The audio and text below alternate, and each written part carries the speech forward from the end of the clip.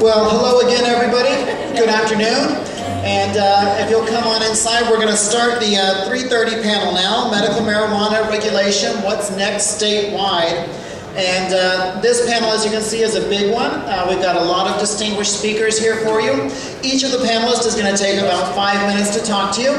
There's a timekeeper, and so we'll stay right on schedule. And then, of course, we'll be taking comments and questions from the audience as well. So let me start by reintroducing myself. My name is Duncan. I'm the California Director of Americans for Safe Access, and I'm also a 10-year veteran of the medical cannabis industry. I've helped operate medical marijuana facilities in Openville and, oh gosh, everywhere. Berkeley, Los Angeles, West Hollywood, Palm Springs. I've been at it a while and learned a lot of things by doing them wrong and by watching other people do them right. So like I said this morning, I'm very excited about where we are in the state of California with medical cannabis right now, but we do have some obstacles, and so I'm going to just kick off this discussion this morning by talking a little bit more about what I spoke about this morning, about the backlash, and then about what Americans for Safe Access is looking at this year in the regulatory battle here in California, and then I'm going to introduce each of our panelists.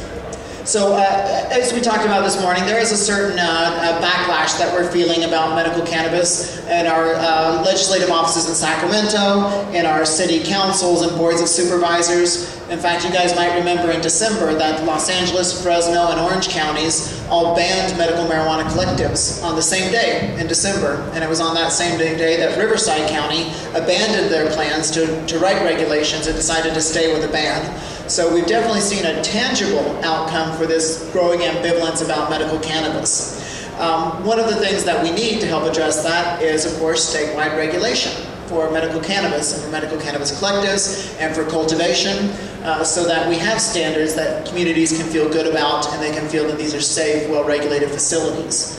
Unfortunately, we don't have the capacity right now in the state legislature to adopt a bill or to fight off bad proposals. And so one of the things that Americans for Safe Access is working on this year as a high priority for our campaign is to rebuild our grassroots capacity and our capacity in the legislature so that we're ready for that sort of legislation in 2012. And of course that involves a lot of training, like our Putting Patients First training for medical cannabis professionals, and our new Activist Boot Camp, which is a 2-day comprehensive training course in the skills to be a grassroots organizer. But we're also doing this in practice with a bill called SB 129. SB 129 is a bill by Senator Leno that will protect medical cannabis patients from employment discrimination. And this is a bill that we initially tried to adopt back in 2008. We passed the legislature and it was vetoed by the governor. And so this is unfinished business for Americans for Safe Access. We got involved in litigation in 2006, legislation in 2008, and now we're back under a new governor with an identical bill, which is now SB 129. So we're going to need you guys' help on that as we work to rebuild that grassroots base. We really need our lawmakers all around the state of California to hear from people about this bill and know that medical cannabis is a priority. And that is an important cornerstone to our efforts to rebuild that capacity in the grassroots and in the legislature to get legislation passed. And so if you haven't done it already, come on upstairs to the exhibit room and pick up one of the action alerts about SB 129 so you can find out more about the bill and find out what you can do to help make sure that gets adopted. We strongly believe that if we use 2011 as a building point to get a bill passed for employment discrimination to protect civil rights, that we're going to be positioned in 2012 to do some really great things with statewide regulation. So that is a very, very brief take on the California campaign. I would love to talk with you guys more about it. I'm going to be upstairs after the panel. I hope you'll come by the table. But without further delay, I want to introduce our panel because they have a lot of important input for you guys. Do we have a timekeeper down there? I can barely see in the lights. Yes, okay, we have a timekeeper. Excellent. Okay, so let me start. I'm just going to go down in the order you're listed on the program. Let me start by introducing Michael Backus from Cornerstone Research. Michael? Thanks, Don. I started Cornerstone Research almost 5 years ago. We're science-based. We're really interested in the science of cannabis and cannabinoids and how you can optimize the production of the plant to address medicinal needs. But this is talking about next year, and next year is really important. We're missing some things, and we really need a few of them. We need a solid base of clearly explained science in Spanish and in English, okay? This is really important because there's been an explosion of cannabis science in the last 5 years around the world, and none of it gets any press in the United States. We live in a system in the United States right now where our media has a tough time making sound bites out of science. And because of that, a lot of really interesting information about how cannabis can be used to address an extraordinarily wide range of medicinal conditions never gets any press at all. And so the thing is that we need to digest some of the science in a clearly expressed fashion and get it out to everybody in the state. It's really important because it'll counter a lot of the arguments that have hit us so far. We need to frame an argument based on evidence that's inflected with genuine emotion to get people fired up about this. And it's the best approach to counter fear-based prohibitionists. Prohibitionists co-opt science by presenting biased research and bad science.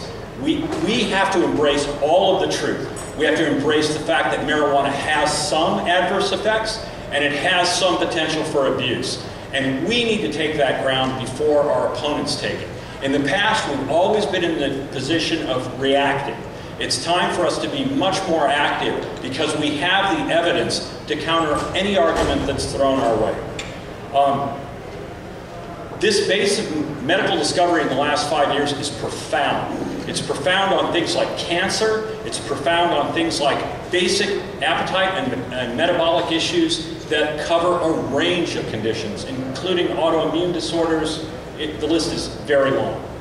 The primary thing is marijuana can be made even safer, but the next generation of safer cannabis requires legalizing the science of cannabis, which is currently illegal in the United States. Medical cannabis is hamstrung by the lack of participation of the medical research community, which is considerable within California. If we legalize cannabis science, science will help legalize cannabis. Thank you. Thank you, Michael. Next, I'd like to introduce from Pure Life Alternative Wellness and the Greater Los Angeles Collective Alliance, Yami Bolanos. Good afternoon, everybody. Well, in the coming year, I see lots of problems, especially because I'm from LA. But I think that on a statewide level, one of the biggest problems that we face today are the fact that the people that produce this wonderful herb that we all participate in are the ones that are the least protected under the law. And let's face it, their butts are hanging in the air. And I think that it's our duty to make sure that these people are protected under the law because too many cannabis POWs are in prison today. And as we all know, just like the cannabis plant, the most important thing are the juicy, fat roots. And I think that by protecting our growers, we ensure fat and juicy roots for our movement. I think that that's really important. I think that patients' rights must be protected above everything else. Things like that if you work in the state of California and you use medical cannabis, you can get fired. Really? Things like near and dear to my heart, that if you use medical cannabis, you can't be transplanted in the state of California. Why? There's a lot of things. Oh, okay, I'm sorry. ASA is presently drafting legislation that covers the growers' rights and also the right to me to have another transplant if I need one.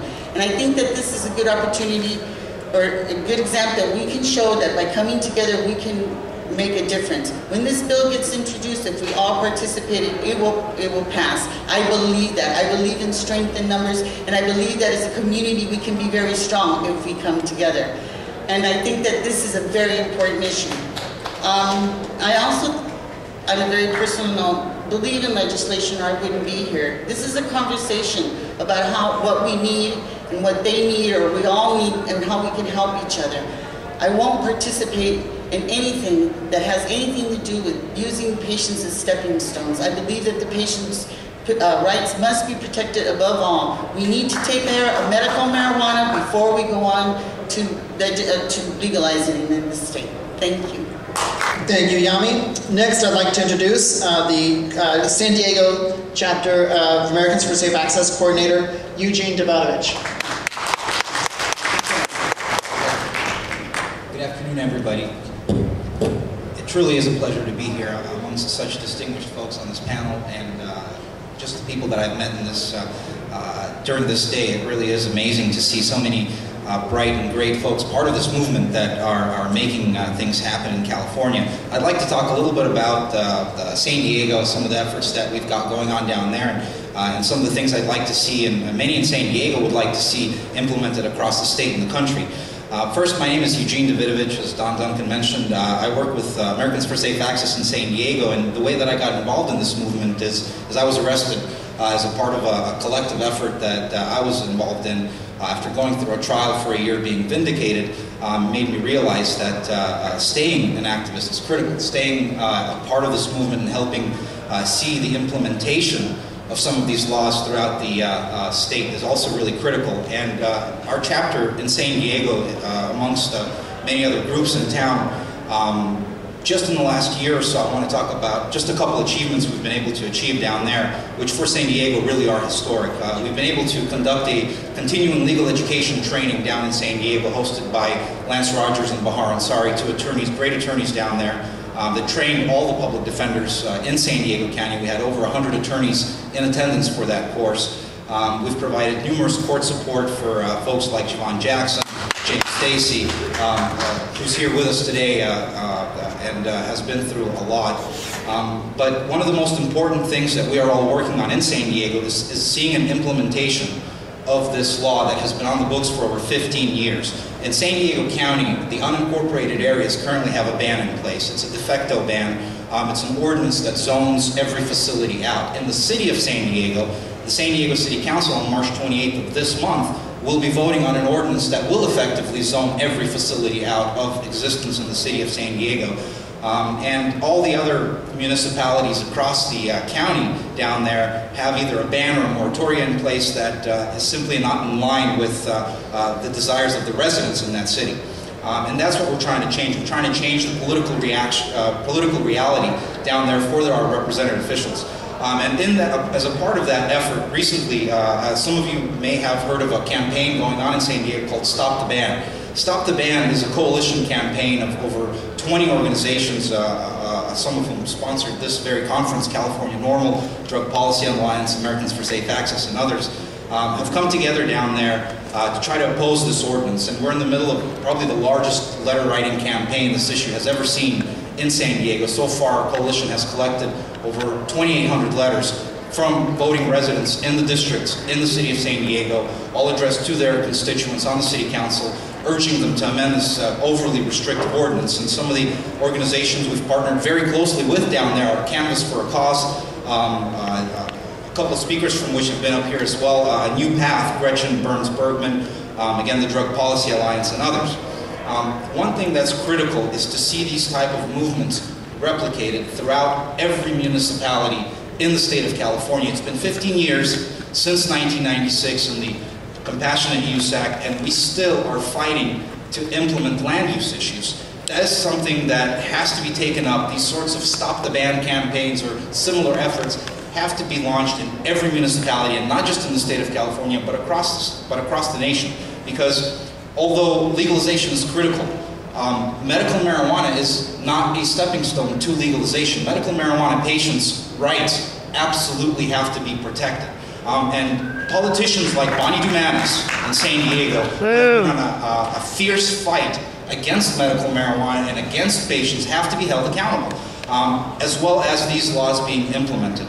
A couple of other things I want to just briefly mention, and that is some of the legislation that is critical currently is this SB 129. We have to protect the employment rights of the most vulnerable folks amongst us, and those medical patients that use this as a medicine. And I think my time is up, so I just want to close it off with really, we need everybody to get involved in this issue. We have to get active, and this will make a difference across the state. So thank you. Thank you, Eugene. Now I'd like to introduce Joann LaForce from the pharmacy. My name is Joanna. I'm a registered pharmacist, and I've been working with the elderly and hospice for the last 30 years. That's my passion, for people to have the freedom to choose to use safe, consistent, and quality medicine and natural products like cannabis. It truly is, the more that I work with patients, the more I realize, and all the research that Michael's talked about that comes out, I realize how important that people be able to have the freedom to use this. It's truly a miracle drug. We were just talking about that, everybody's talking about endorphins, but it's most likely endocannabinoids that are affecting people the way they do. I wear black and blue. I find that I wear black and blue a lot these days. I think it's subconscious because we're always getting beat up in this industry. But it's not the time to whine or complain. It really is a time for all of us to come together. You know, we have a lot of fractionalization right now.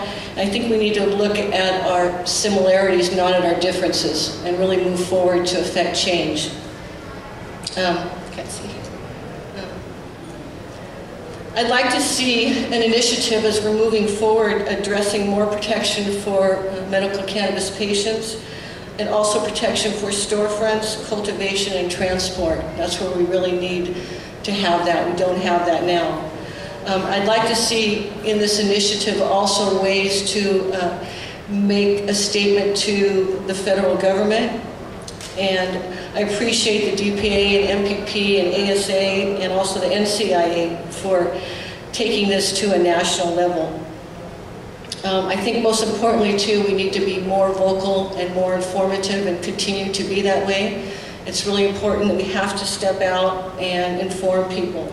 It's really a one-on-one basis, and I think that's why it's really important too to have a storefront, places where people can come and talk and realize the importance of this medication, how to take it, what to use, and that only comes from a one-on-one basis. I don't want to see a patient suffering that refuses to try cannabis because it's illegal. It's time for a change.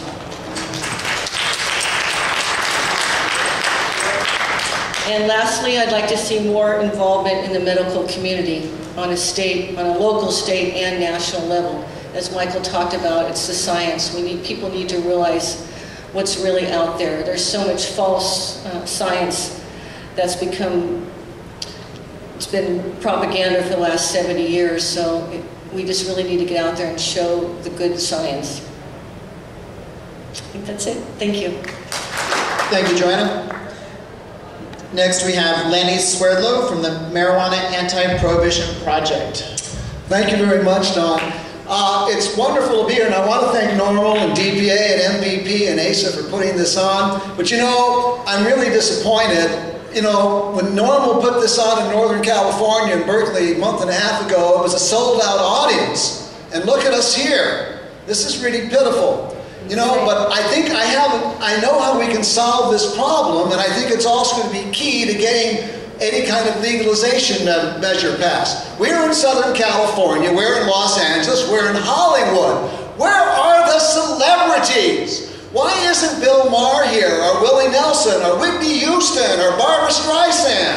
Come on, we've got to get those people out. We've got those people out supporting us. The people are going to pay attention. Yeah, the cops, y'all talk about, oh, we want mothers, we want cops. Yeah, we want those people, but if we're going to get crowds of people out to support us and support this thing, we need to get these celebrities involved. And I know we know these celebrities, so talk to them and get them out here. This place would be full if Bill Maher was here tonight. You know it, but we can't motivate our base to come out here just because this is the right thing to do. We've got thousands and thousands. We've got all these collectives out there. How many collective owners are out here today? Hardly any. Woo! Shame. All right. Woo! We've got to get out there and reach to people, and we've got to do it in the medium. Now, I run a radio show. I'm going to give myself a big fat plug here. I have a radio show every Monday at 6 o'clock called Marijuana, Compassion, Common Sense. It's on radio station KCAA 1050 AM. That's the Inland Empire Talk radio station. As far as I know, I am the only radio show about marijuana that's broadcast over the airwaves anywhere in the entire country. country on a regular weekly basis. A lot of internet shows out there, but this show's on at 6 o'clock drive time. People going home, spinning their dial. They're going to be hearing all about marijuana. We've got to get out there and use the media a lot better than we're doing it now. Now, I want to talk about, this is about regulations, okay? I am part of a collective. I helped found a collective called the Inland Empire Patients Health and Wellness Center in Riverside, California. It is unlike any collective probably in the entire state of California. We do our marijuana distribution through a farmer's market model. And when you come down to our collective Thursday through Sundays, you will go into the back room and there'll be 12, 14, up to 16 individual vendors with their own tables selling the marijuana directly to the other patients that they grew themselves. This has empowered a number of people. When we started that, I thought the idea was to get the price down to patients. And that is the idea, because we've got this old-fashioned market competition between all the people there. But I'm amazed how many people there are small-time mom-and-pop growers that have a safe outlet where they can sell the medicine to other patients. They're earning their livings this way. In this tough economic times, they are earning some money. And I wish more collectives would do a farmer's market model and empower these people to actually get out there and make some. And if you've never seen this place, come on down and see it sometime. I've got some cards I can give you out. When you walk into a room and there's 16 people there at their own tables, stacks and rows of all kinds of different marijuana. It's like a farmer's market, but instead of buying broccoli and cauliflower, you're buying cannabis. It's a wonderful sight. You'll have to pinch yourself to believe you're actually seeing it. Okay, we are involved in a court battle. A temporary restraining order was issued against our collective by the city of Riverside. We lost at the lower court level. Big surprise, the judge had just was 1 year on the bench, formerly with the Riverside County District Attorney's Office. So we were not surprised, but we got appealed to the 4th District Court of Appeals. The 4th District Court of Appeals accepted our appeal and stayed the injunction to close us. And what's happening in our case is we just received a writ of supersedious. I'm not sure any other collective in their legal battles has received a writ of supersedious yet. But what that is, the 4th District Court has permanently stayed the injunction, so we don't have to worry about this temporary stuff. It's permanently stayed. No one's going to be able to close us. But more importantly, they issued an opinion. And in this opinion, they stated that what is at issue here is whether cities can ban collectives under their zoning ordinances. That's the issue. And they're going to be deciding it. And they wrote, there is no case law on this issue. All these bans and moratoriums these cities passed, they're quoting Cruz and some other things and saying, we have justification, the courts do this. No, they do not. The 4th District Court has said there is no case law, and the 4th District Court is going to make that case law. And we hope to have a decision, whether it's from the Garden Grove cases or our case. It's going to be made fairly soon, probably within the next 6 months or so. And what's going to happen, we're fairly convinced, if you read the Anaheim decision by the 4th District Court, it's going to decide in our favor. They're going to say, no, you cannot ban under your zoning laws. But what's going to happen then? All these cities and all these counties passed all these bans, and suddenly, if the court rules our way, all these bans are out the window. And none of these places, except for a few isolated cities and counties, have any rules and regulations in place.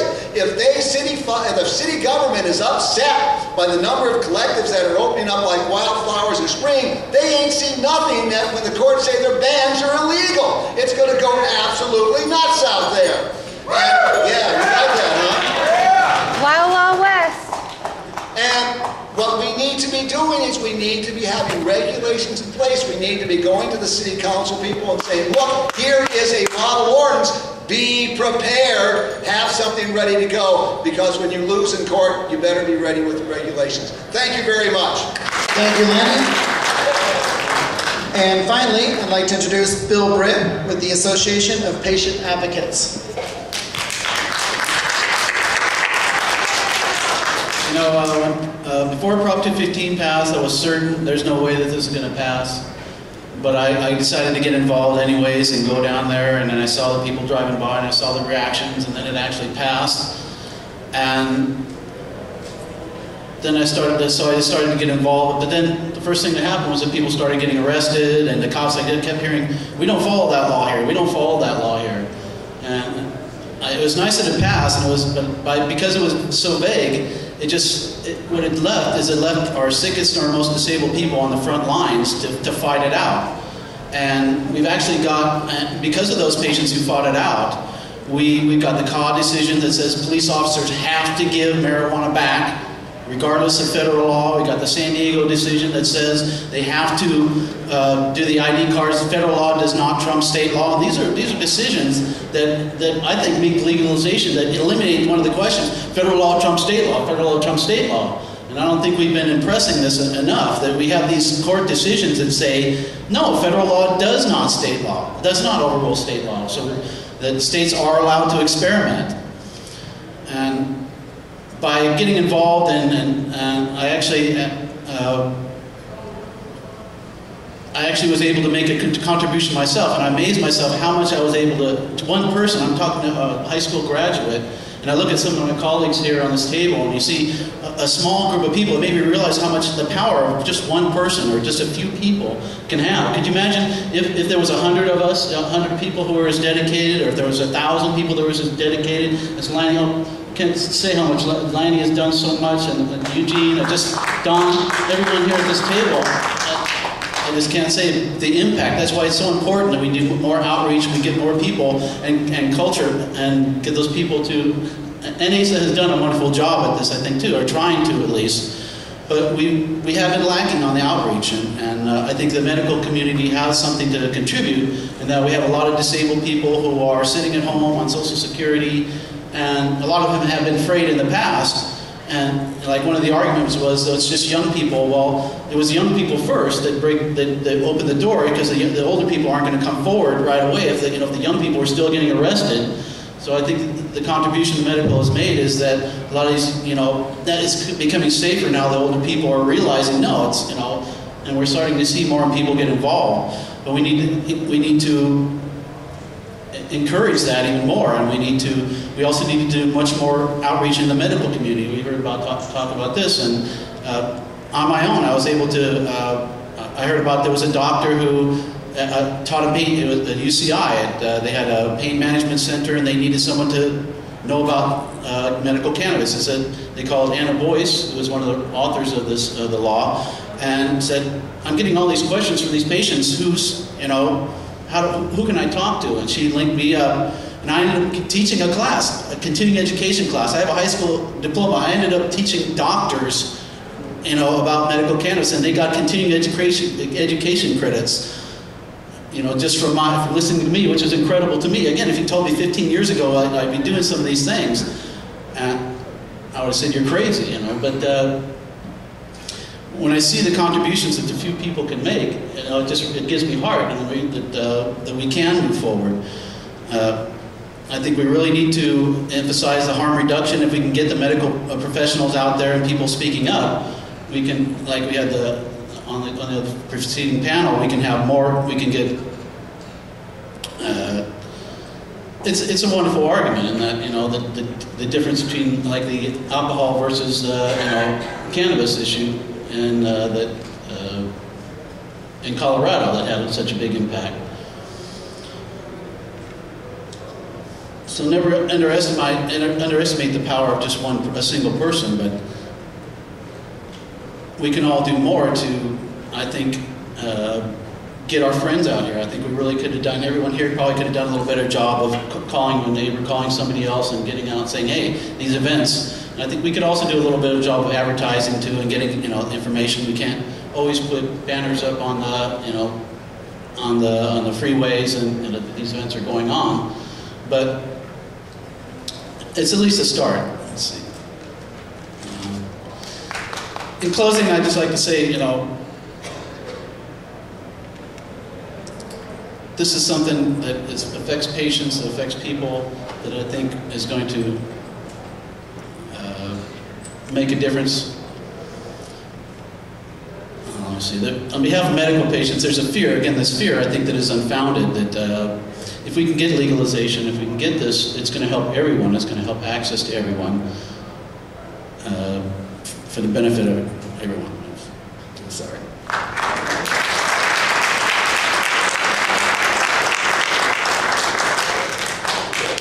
Thank you, Bill. So I would also like to mention, in terms of the California campaign and what's coming next, that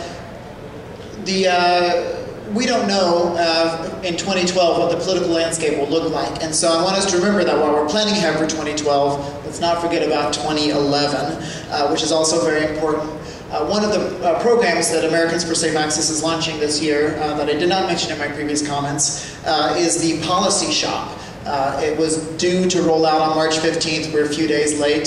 The Policy Shop is a tool for local organizers to work with their city government and their county government on new regulations, improving regulations, overturning the ban, to provide them with resources like draft legislation, talking points, resolutions, training for lobbying, legislative analysis. And so all of this should be rolling out very soon from Americans for Safe Access, and it'll be web-based and also live support on the telephone. So we're really hoping that people can use 2011 to work on those local governments so that when we get to 2012, the landscape around medical cannabis is much improved, and a lot of this ambivalence and this media bias that we're seeing has died away, so that we can have a more rational debate about legislation or the initiative in 2012.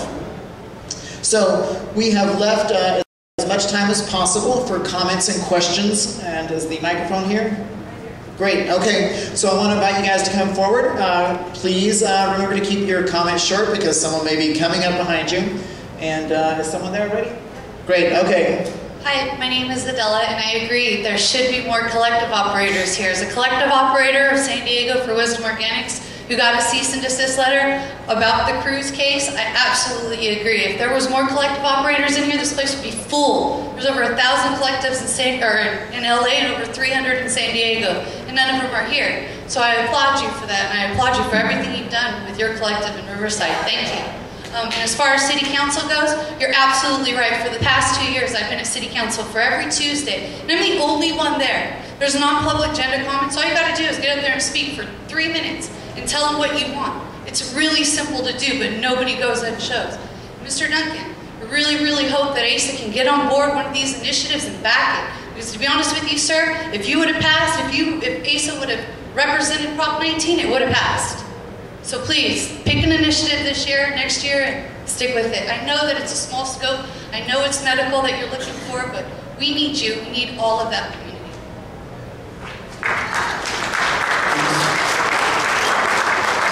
Comment on collectives. One of the things about the benefits, at one point there were 700 in LA. I actually had an opportunity to volunteer and sit and educate patients, and what I found is that if a collective, say 100 people come in a day, 1 out of 10 want to get involved, and it's an opportunity and really want to get involved. And if we go to every single club, if every single collective goes to their members and picks out that 1 out of 10, I think we would have a force of people who want to get involved and be. I think it's a sleeping giant. I think it's a unused, untapped resource that we really haven't used. I'll second that motion. The collectives and cooperatives are absolutely the natural avenue for organizing patients and caregivers.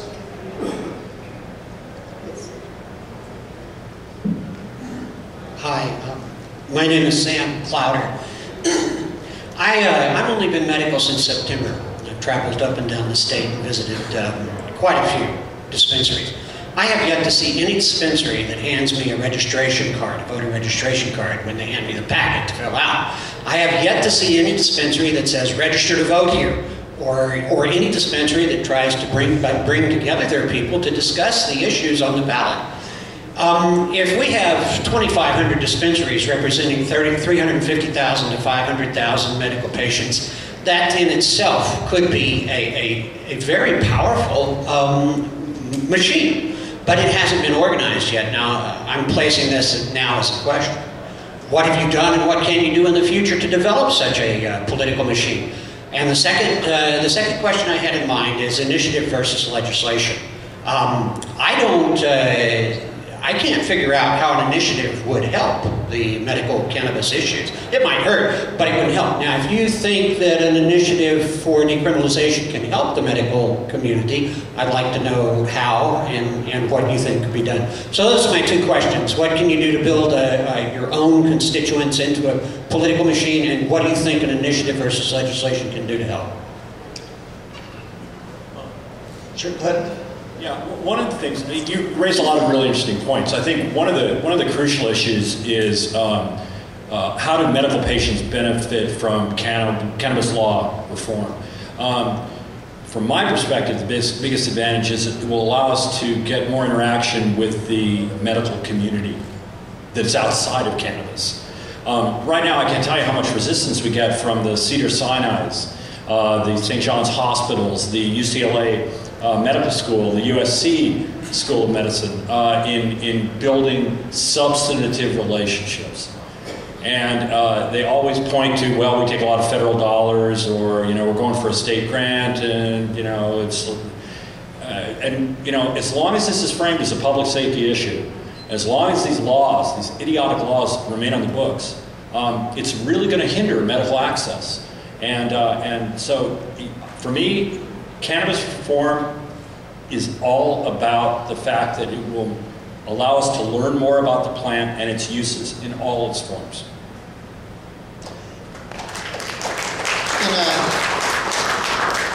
In terms of organizing at the collectives and cooperatives, I think the primary, well, I would say there's probably two impediments that we have to using these as effectively as we should.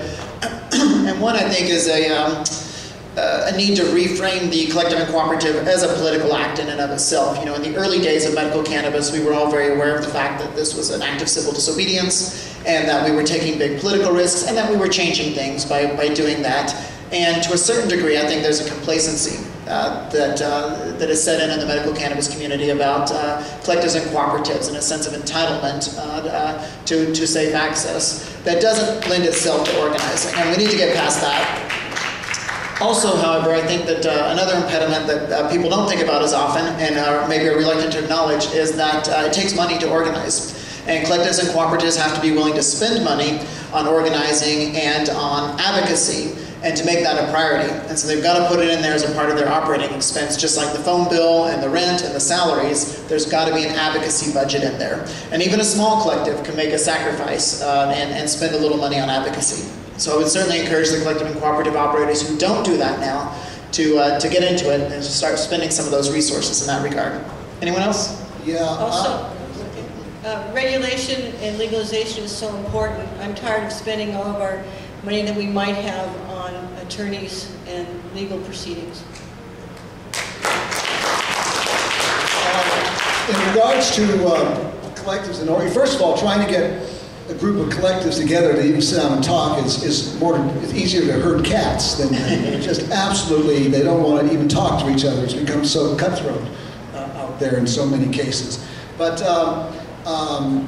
you know, this attitude you said, Don, about we become complacent. You know, if you pick up any of these magazines, Gem or whatever, and you thumb through them, you see all these big full-page ads, you think, my gosh, we've won the war. For goodness sakes, look at these things. And I think there's a lot of people just don't see this as too much of a problem. Now, of course, maybe it's a big wake-up call what happened in West Hollywood the other day, where the DEA is coming in, that new memo, which I think is very frightening. But is that going to get these collective owners together? I don't know. But, you know, it is a tremendous resource, and the problem is these collectives are taking in all this money, and they are not, for the most part, giving us one dime to help, you know, hire lawyers or whatever, this kind of stuff. They don't shovel out any legal money until they're busted, and then they sit there and cry about it. What we need to do, and I have an idea, it just kind of came to me, what we need is a certificate. It's called a 1% certificate. And we award this certificate to every collective that is willing to give us 1 penny out of every dollar they take in to ASA or some kind of coalition of groups that we're going to be working. And we put that certificate up there, and we allow them to use that in their advertising, and they're part of the 1% group or something like that. And we tell people, if your collective is not part of this group, then you should not be going there. I think that might raise some money. Now, the one other thing about how will legalization help patients? You know, what is it for patients? Well, I'll tell you what it's in for patients. It's money. You know, this $400, $300 an ounce stuff for a plant that grows like alfalfa that says for 10 cents a pound is absurd. And the only thing that's going to bring the price down is legalization. We can have, yes, big corporations growing it, as well as small little private growers like in the wine industry. Then we'll see the price coming down to where patients can truly afford it. But I am sick and tired. I'll tell you a story. You know, I work at a doctor's office. We give recommendations when people come in for renewals. When people come in for renewals, I ask them, how did the marijuana help them? I hear all these wonderful stories. I had the 75-year-old lady come in about 6 months ago, and I asked her, well, how did cannabis help you this last year? And she says, oh my gosh, you know, when I came in here, I was taking 6 to 8 Vicodin a day, and now I hardly take any. It's absolutely changed my life. And I thought, how wonderful. But you know what, I've heard this time and time again. It's what she said next that got to me. She says, but you know, sometimes I have to take the Vicodin because I can't afford the marijuana. And I am sick and tired of hearing 75-year-old ladies tell me they have to take drugs because they can't afford a plant that should be selling for 10 cents a pound. That's what legalization is going to do. Little old ladies can afford it when they're arthritis. So let's take a comment from Yami, and then we're going to move on to the next question. In Los Angeles, we have a group called the Greater Los Angeles Collectives Alliance. We do organize. We do register patients as they come in.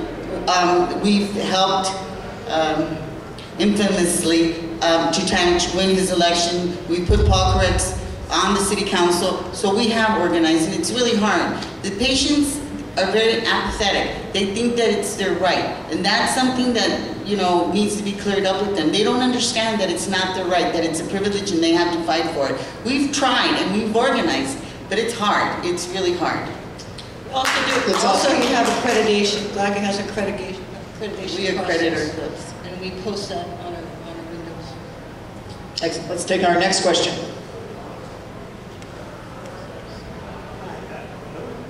Am I on? Okay. Hi, my name's James Stacy, and my goal in life now, after going through federal trial, is to get marijuana completely removed from the Controlled Substance Act. And I was wondering what goals some of the national organizations have towards that same thing. Because if we don't remove it from the CSA, then we won't be able to keep the foundation of the home growers that we have, and we won't be able to bring in the other stuff as well, like the hemp and everything. That's a very good question. I believe all the 4 organizations sponsoring today are part of the campaign to reschedule cannabis. But to the best of my knowledge, there's not a federal effort to deschedule cannabis, which would certainly solve a lot of problems. Well, I mean, there's some fundamental issues there. You have the Single Convention on Narcotic Drugs, which is 183 nations are signatory to, that prohibit any member nation from doing anything with Schedule I drugs. No state or province is technically allowed to legalize marijuana. It's one of the reasons that the Obama administration came out against Prop 19. And we have to deal with this. The Beckley Foundation in England, which is a group of international drug policy scholars, took this on a couple years ago, and they have a proposal that's up on their website for an end around the Single Convention by basically taking cannabis and putting it under the same level of international scheduling that tobacco is, where you're not allowed to market it, you're not allowed to sell it to kids, you're not allowed to do a lot of things that, but what's great is it gets around having to get consensus from 180 very contentious nations on this issue. So we've got to address that really before we can address the CSA. Who's next? Hi, my name is Kenji Klein, and I guess I wanted to ask a question that has to do some more with the issue of little old ladies and the rescheduling thing. One of the unserved populations, and we've talked about, protecting Proposition 215 in order to protect the patients, but actually there's a patient group that's extremely vulnerable that Proposition 215 does not help, and that is institutionalized patients, people in nursing homes. I used to be a nursing home administrator. And also even in residential care facilities for the elderly or other types of, those type of residential facilities. In a nursing home, you're completely out of luck because the federal government is involved. Until rescheduling happens or full legalization happens at the federal level, those people are not going to get medicine that can really help them. I want people to keep that in mind and maybe think about what can be done towards that. But then the second group is, even in residential facilities, if you are you're managed completely under California law, but if you are not capable of delivering the medicine to yourself, opening it up, smoking or whatever, there has to be a standing order from a physician written on a prescription pad. And as long as that's the case, we're out of luck. So there's only 2 ways that population is out of luck. There's only, there's only 2 ways to get access, it seems to me, to them is 1, rescheduling at the federal level, or 2, defining cannabis not as a medicine. Because if it's a non-medicine, even in those facilities, they have the right to get it, and a staff member can give it to them without penalty. So in terms of what's in it for patients, I think we do have to do more than just 215. What we have now really doesn't help, I think, some of the most vulnerable patients, the people who really could benefit. That's a very good point. And civil rights violations are still a big problem in California. Even all these years after Proposition 215 was adopted, people still face that kind of discrimination: housing, access to health care, custody, many issues. And it's still unaddressed. Those people are still very vulnerable. This addresses another issue as far as education. Education is everything, especially for physicians. I've worked with physicians in nursing homes for about 30 years, and it's hard to get them to commit to anything or okay anything if they haven't been trained on it. And that is changing. Medical schools are starting to talk about the endocannabinoid system. Just unfortunately, it's taking time. In working with healthcare professionals, what I found is a previous speaker talked about leadership. It just seems like all the lower level, the nurses and all, even doctors, but when you get to the people who are in charge, there's this automatic fear and automatic reaction that I think can be broken. When I actually talked by warming up to a director of a clinic, she later said to me, before you brought this up, I never even thought about this issue. But, so I think, again, outreach would really help there. I think we could get more, you really have to do that kind of outreach to get people on your side. Absolutely. Let me say before the next question, happy 420, everybody. Light up your vaporizers, that's okay. Hi, my name is Cheryl Eigley, and I think I heard all of you say a bit about how individual patients and caregivers and people in our community should get involved, and I was hoping to hear from each one of you. I know it's a big panel and there's a lot of people behind me with questions, but maybe you can give what you feel is one of the best ways individual patients or caregivers can get involved, or how they can influence their collectives to be more involved and be more effective in this whole organizing and getting things done. Well, gosh, there are so many ways that individual patients can plug in, and I think probably the 2 most important are to participate, because you probably all get action alerts from all 4 of these groups, right, and others, and never think that it doesn't matter. And then, of course, is to contribute. And I know it's frustrating that everybody's hitting everyone up for money, but the fact is to pay the bills, to do the advocacy work, we need the participation of the base financially as well. I found that it's very easy for people to get burned out. In 15 years of doing this, I see a lot of people coming and going, and I see but a few people who stick in there. So what I try to tell people is I have like a 5 level of involvement. The first one is anonymous, so you just give money, to various organizations. Then you join the organizations. Then maybe you show up to a meeting. Then maybe you start a meeting and you operate the clinic, and then maybe you go to demonstrations. It's actually gone, ASA has gone farther into the actual civil disobedience, but you need to pick the area where you're comfortable at. So find where you're comfortable. That way you're not going to burn out. So if you and where you're safe. And we need people at all those levels. We need people contributing. We need people speaking, and we need people who who actually will go out and get involved. Other panelists? Yes, I'd like to just add, in San Diego, we've seen, we've had, I'd say, pretty good success with getting collectives, cooperatives, and dispensaries on board.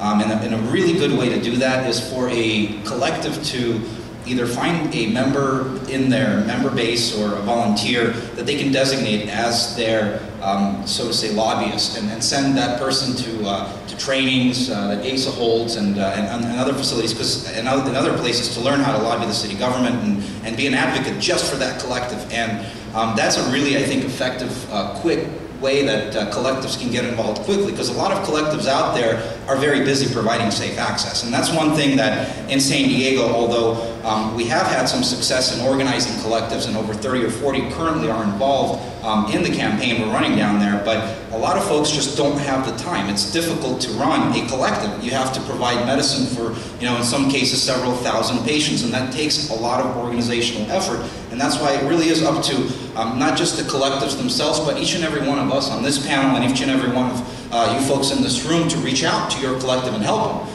Help them either find a volunteer or you be that volunteer and go there and be an advocate for them. One of the things that I've done at Cornerstone is it's repetition. If you want to build activists, you just have to hit them with the message all the time, all the time, all the time.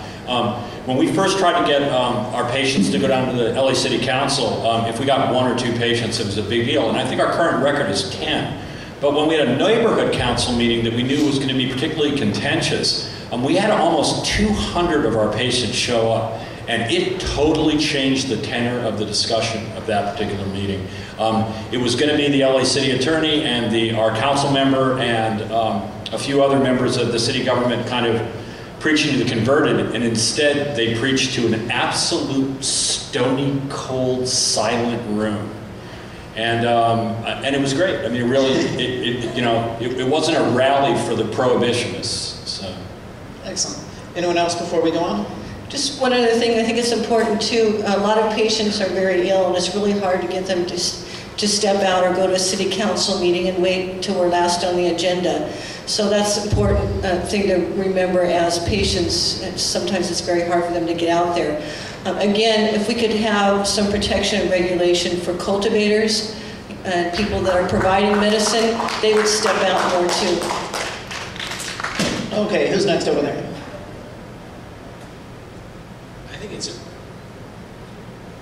I think it's important that we remember that our city council members need to put a face on this, and they need to remember that patients aren't criminals. And if you look at the way they're looking at the laws, that's the way they're treating it. And it's their responsibility to give us safe access. It's our right for safe access. And I know over the last year or so working with them, you get a lot of double talk and you can see what goes on behind the scenes, but you have to call them on it. And you can only do that by being consistent and persistent. Thank you. Okay. Hi. I'm really, really disappointed. I came here today, been here since 11 o'clock, and I wanted to see a lot of collective owners here. A lot. I thought they would all be here to support Normal, and all I hear all day is about not enough funding. If there's over 2,500 collectives in the state of California, let's just say it, if there's over 2,500 collectives, they all participate and they advertise. If they all contributed $12,000, that's $30 million you guys would have for your fight. But they'll spend $4,500 for a pound of very good medicine, or they'll spend over $10,000 a month in advertising for their collective, and yet I don't see but only 2 collectives here who are here to be for the patients. Number one was they should donate to the patients for free that can't afford the medicine, because almost every collective, regardless, big or small, is making a very handsome profit. Some of them, everyone's shaking their head, but yet I know a lot of people who are collectives and people on the black market that sell to these collectives, and all they're doing is laughing to the bank. So you can nod your head, you can sit, and you can say what you want, but I think you need people like myself and others who will come here and educate on the black market side and explain to people how much money can be saved for the government and how much money can be earned for the communities. And like the gentleman, the 4th one with the glasses who has the farmer's market, I'm sorry I don't have your name, but I think it's a great thing that you say that a weed plant should be so cheap, when yet if you do cultivate and if you understand how to grow in an indoor facility, it costs thousands of dollars per month for electricity bills and everything. So people in wheelchairs, people who can't afford the medicine, should get it for free. Absolutely, as it says in the Compassion Act. And people who have collectives should buck up and stop complaining, but they spend $25,000 to $50,000 for their lawyers prior to opening up their establishment. Not you guys are doing it right, okay? But everybody else, 99.1%, don't have a business license, whether it's Riverside County, San Bernardino, Orange County, Los Angeles County. Hey, that's the question. Answer it, please. Yeah, well, the first thing you should do is just clean up the business in California. I mean, there's always finger pointing. It's like, it's really wild where it's the collectives are being bad, or the growers are being greedy, or the local legislators aren't cooperating, We hear it all the time. And sadly, a lot of it's true. But the only thing that's going to clean this up is intelligent law and regulation, something that we never really had. We've had laws. My constant comment is, before somebody sits down to write the next initiative, please feel free to put down the bong for about 24 hours. Okay? And the reason is that we need clarity, all right? We need oversight, we need regulation. We want to make sure that the cultivation medicine is non-toxic. We want to make sure that everybody in the supply chain is working under good labor conditions, not some trimmer who might get paid by some jerk who's, has 500 acres up north. I want to make sure that everybody who's involved in the production of this plant that's going to be used by us is fairly treated and works in safe conditions. All right, and that's something that's not guaranteed today. I don't like to criticize, but I do take a little offense that I have to stop smoking for 24 hours in order to think clearly. That's just old stereotyping that we've got to stop. Carl Sagan used it every single day, and I think he was a pretty clear thinker. So let's just stop, denigrating ourselves with all this kind of stuff. Now, I do want to say, we were talking about the growing, one of the reasons it is so expensive is because we do all this indoor growing, and indoor growing is expensive. You got all this equipment, all this license, it takes a lot of time and this kind of stuff. Well, why are we growing indoors? The main reason we're growing indoors is because it's the only safe place to grow. If you're going to grow it, it's a plant that's meant to grow outdoors. If you're going to have a little finer quality, grow it in a greenhouse. But you don't have to be growing it in, for people who want the primo quality stuff, they can pay the $400 an ounce. But by golly, cannabis can be grown a lot cheaper if we grow it outdoors, or we grow it in greenhouses, and I'm sorry, they can grow good quality stuff in greenhouses and grow good quality stuff outdoors too. So let's put it back to rest. Responding to the collectives and cooperatives, I think every collective and cooperative in this state could probably make advocacy a part of their operating expense, a part of their business plan. And it may not be the same for everybody. My collective and cooperative gives a lot every month to advocacy. Some give a little, but everybody could give something. I know very few people who aren't involved in the legal industry of providing medical cannabis from a storefront won't believe it when we say it, but I can guarantee you that the legal collectives are not really cashing in right now. No. Between the overhead and the taxes and everything else we're bearing, the lawyers and all of that, it really is hard. So that's why everyone has to participate, because the old days where dispensaries would just fork over large amounts of cash, those may be winding down, but everybody could do something. And if everybody participated at a small level, we could share that burden, and we could do really amazing things this year and next. I don't think it's really fair to condemn the collectives that are operating all blanketly.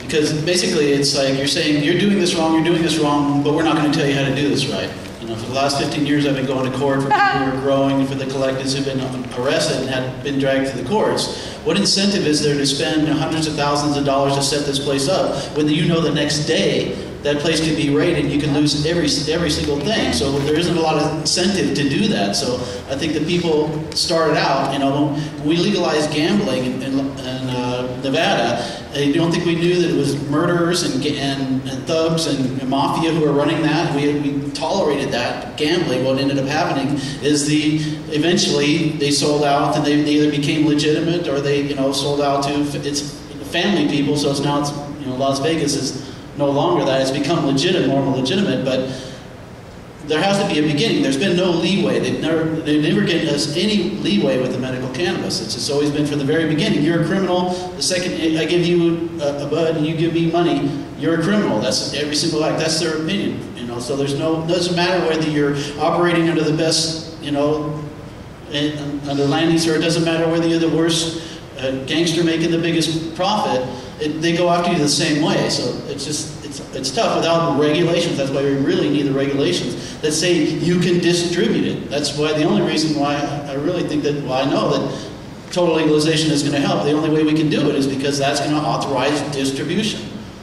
Commenting on your thing about incentives, the collective owners, they're worried about getting raided and stuff. Well, that's the incentive, because what we have in this country now is the absolute best government money can buy. There's a reason why the pharmaceutical companies has 100 lobbyists out there for every single congressional person. And if the incentive for the collectives to give groups like ASA money so they can operate is so they can buy politicians just like the pharmacists.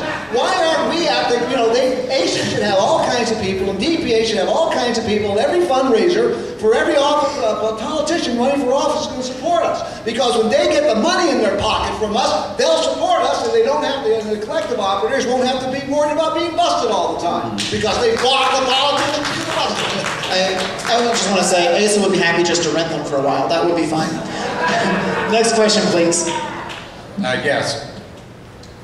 One of the things that I'm still uncertain of is whether we've got a consensus among just the medical community of what the future is and where we want to go.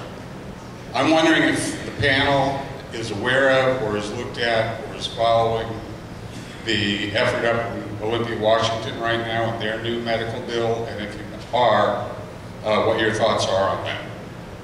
And if you're not, Bill knows how to find me off. Could you tell us what the medical bill is in like 2 sentences?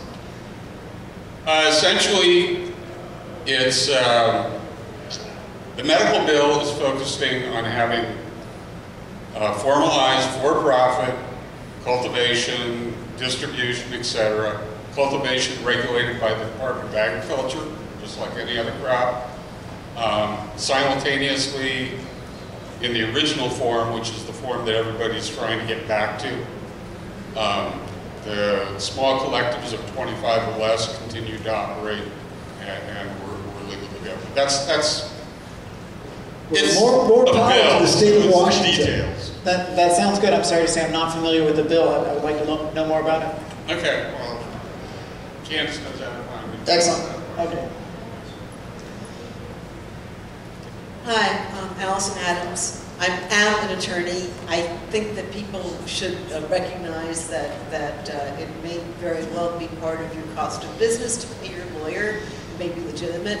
But my point was that in terms of fundraising and donations and all of that, we got handed a great gift by the Roberts Supreme Court in terms of getting people who don't want it to be known that they support medical cannabis donating because of Citizens United. And so you can tell anybody who goes, oh gee, I don't want anybody to know, I don't want my name to be on a list. They don't have to disclose their names.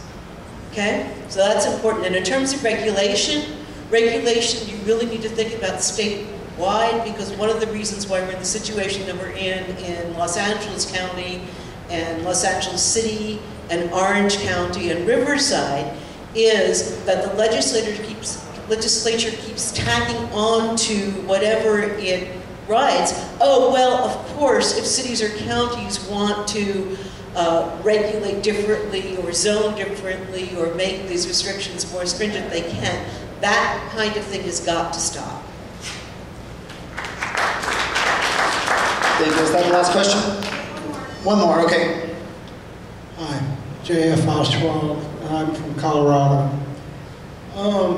It occurs to me that the people that are writing the laws wouldn't know marijuana from hay, you know? And we as patients and people involved in the medical use especially, and then as it follows, it will be legalization.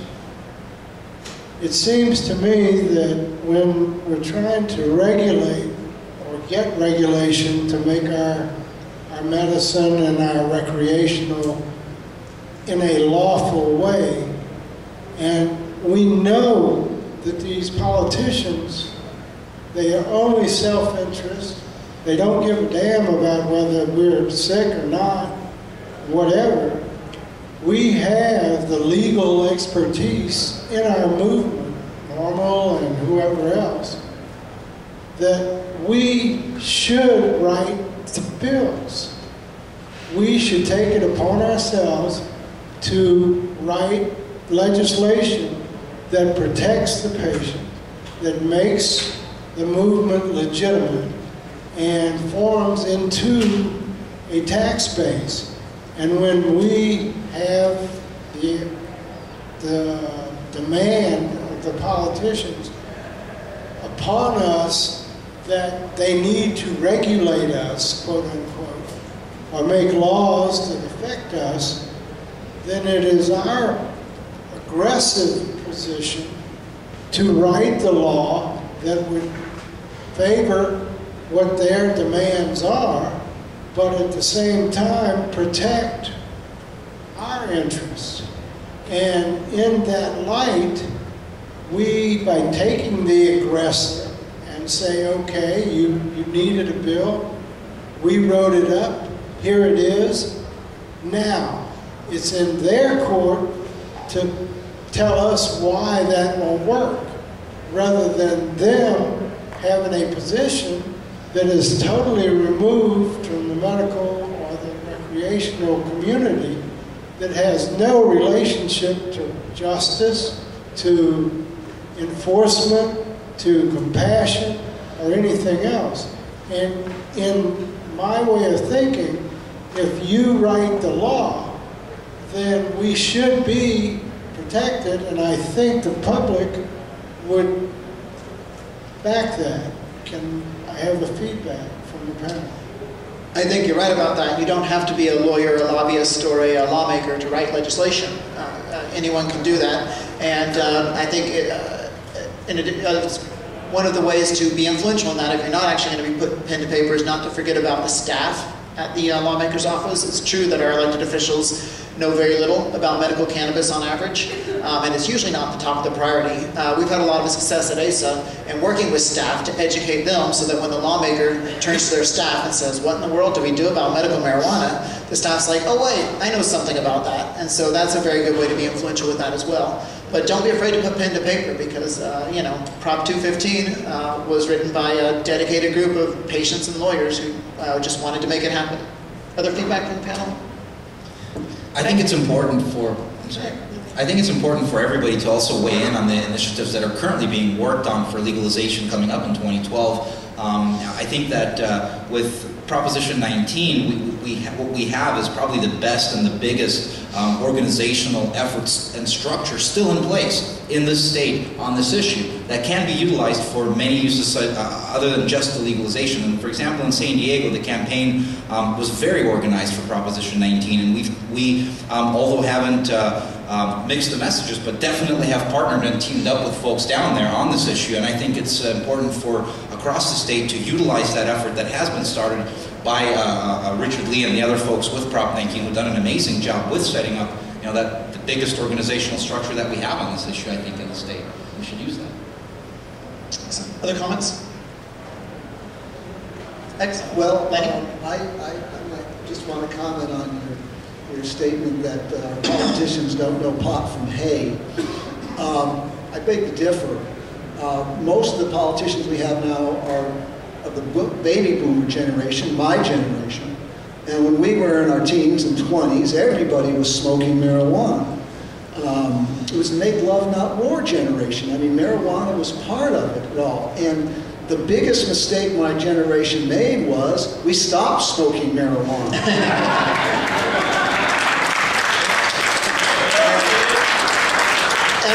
And we've got to, you know, and what's happening now is really interesting. Like I mentioned, I work at the clinic. You know, I'm amazed at how many people 55 and older are coming in to get their medical marijuana recommendations. I always ask them. I always get this story. Oh yeah, I used to do it when I was in my teens and 20s, and then I stopped. And I said, well, why did you stop? And they say, well, you know, I have family and work and, you know, whatever. Nobody has ever told me they stopped because marijuana was causing any problems in their life. And now these people are getting close to retirement. They really don't give a damn about the job anymore. And the kids are out of the house. They don't have to worry about putting on a front for them and this kind of stuff. And they're getting these aches and pains of being elderly. And they kind of remember what a good time they used to have when they were smoking marijuana. And they're coming back to it. And I think these people who are politicians need to be reminded that, you know what? Things weren't bad back then. In fact, things were pretty good. And maybe if we brought marijuana back, we can bring those good times back that we had in the 60s and 70s. I want to say thank you to our panelists. You guys did a great job. Big panel. We got through it fast. That was great. And to the audience participation, it's always very, very important to hear from every voice in the room.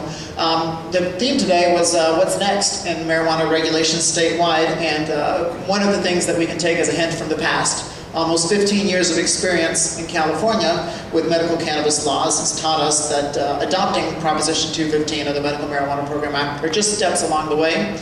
We have a lot more to do. So I want to encourage everyone not to give up on this and not to let our guard down. Because while we have come a long, long way, I mean, look at where we are. We're having conversations about regulation and taxation and initiatives, things that we didn't conceive of 15 years ago. But we have to keep up our guard because there's a lot of battles we have to fight, and our opponents are getting more organized. And so when we're looking forward at the city, the county, and the state level, we've got some battles to fight this year and even more in 2012. All of you need to be a part of that process through whatever vehicle it is that you participate. So thank you for being here. Thanks for participating in that. We're going to close down this panel now, and I hope you'll be back at 5 o'clock for perspectives and proposals. Thank you, everybody.